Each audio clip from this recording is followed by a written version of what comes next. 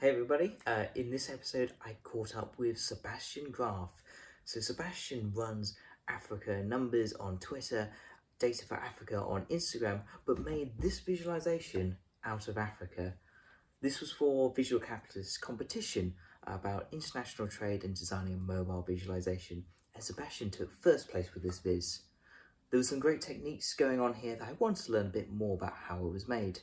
So I caught up with Sebastian, and this is what happened next. When I think of like starting a project, where do you start? Do you start with like your own angle of the story? Do you start with data itself?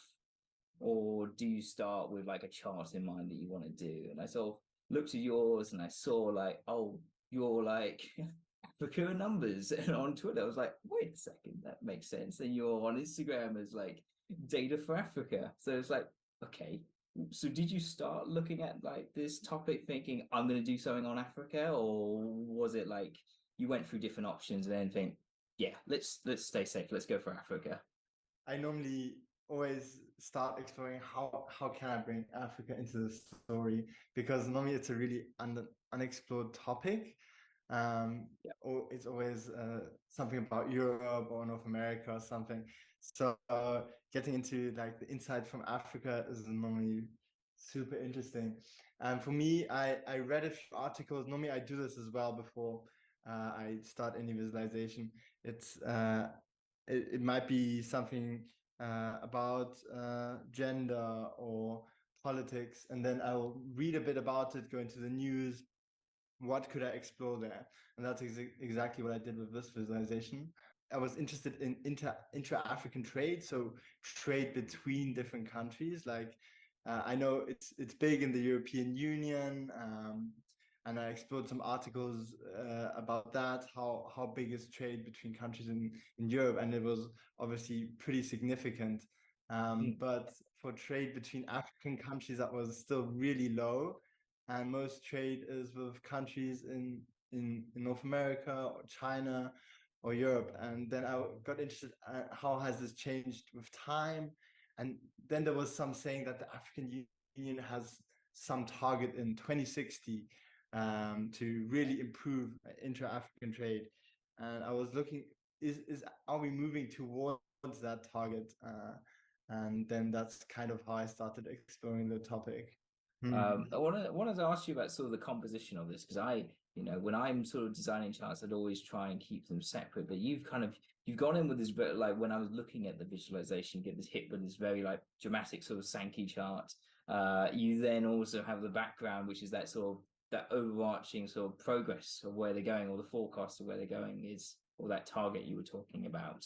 Can you explain sort of the sort of choices of how you laid out these graphics and how you picked the ones you did? Yeah, so for the Sankey plot, I've explored the topic quite a bit. In the past, I've tried to work with it, but I never really got to connect like 2 points, so that I have a Sankey and then I have something else that overlays on it. And I've seen it a bit in the this community that people have done. Some people know it. Someone had a different kind of plot and overlaid it also on like a line plot showing the totals. And then I tried to use a Sankey plot a few days before, actually on Data for Africa, to try to show how things changed over time. But it didn't work out nearly as well. But then I got the idea to use this in a different way for this competition. And normally I like to put it horizontally, but it didn't look very nice. I did try it that way, and then I kind of scrapped it and put it in the different direction, and it worked out really well. I had to remove some dates. Now it's 5-year intervals, because of the constraints, the width of a mobile. But I think it ended up very well, and yeah, I'm kind of happy with it.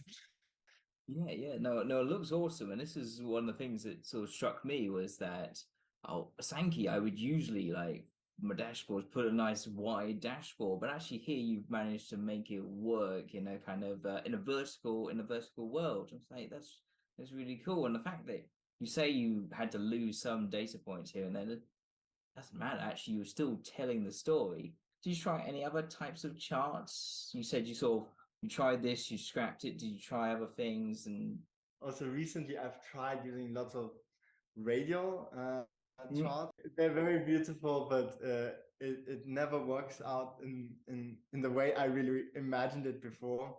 And putting that on a vertical view, it almost takes a lot of space away on the sides.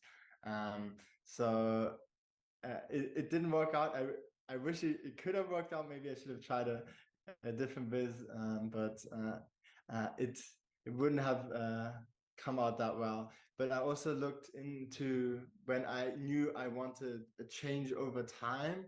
I looked at a slope chart. So when you have two different time scales and just kind of see how much it has changed over time. But then I would lose too much data. But I did try to sketch them out, looked how that would fit in. But in the end, you lose so much data, and maybe it does look nice, but it's at a big loss. So I try to minimize the loss of data and try to bring in as much data as possible without really overwhelming you, because that's always the tricky thing. That's why the background line chart is also, I didn't try to push it on the user or on the viewer.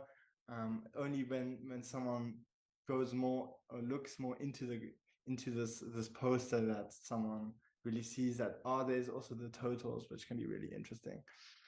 But yeah, the Sankey works so well because Exactly. it has that sort of like that perfect balance between sort of telling a story and sort of finding your own sort of stories within it. Like you can see how much certain trade partners have changed over time, like the real growth from China. Like you can see how US has dropped out completely. Yeah, real like little stories that you can just go and follow along with that sort of hold your attention with this, which I thought was really good for someone like designed to be seen on a mobile where you just flip through these things. So I really wish in the future that maybe that you can also, this is the difficulty always of a static view, I think, is that you can't follow the path as easily. So that's always a thing you can explore in the future, maybe make it interactive in that part to make it even better. One thing I noticed on this chapter, so like right at the end, you've got these sort of little dotted lines that kind of join the points back up together. This is, this is one of those sort of, I suppose, the compromise you would have to make with this data set. Did you have like any issues with this data? For this data, well, it was given to us. You should use an atlas of economic complexity.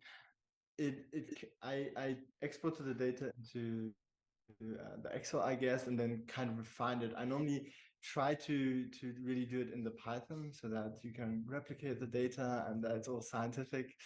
I I didn't do it in this case. I thought I already kind of have a vision in my head what it should look like.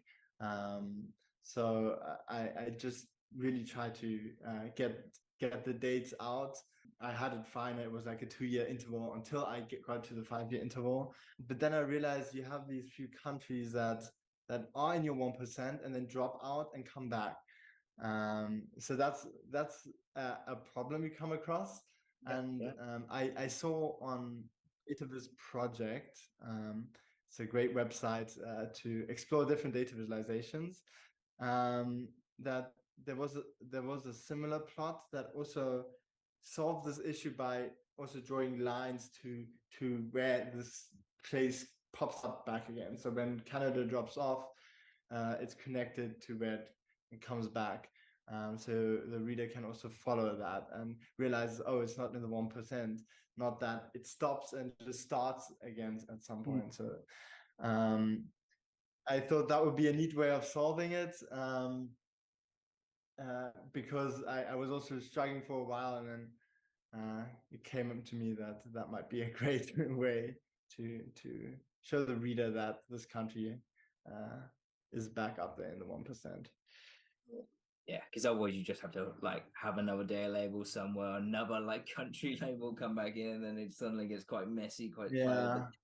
I sort of love that idea that you found that inspiration from this, because it's very sort of quite nice way of keeping the reader on that sort of flow without like really bombarding them with more information. That again, that balance again of In the end, you also have to balance that, to also not make it more complicated, because I was thinking, hey, can we make these lines maybe have different colors so that you may follow this country. It all look very cluttered and almost a bit try different things, but in the end, I choose the most simple one, so that it's the easiest to follow. Did you have anything else you wanted to share with us, Sebastian, or have you got anything else you're working on coming up? I'm currently all in the process of trying to learn JavaScript so I can go into the world of D3 and make these plots interactive. So for me, I'm trying to make this data for Africa and make it in an interactive world so I can really connect with more people.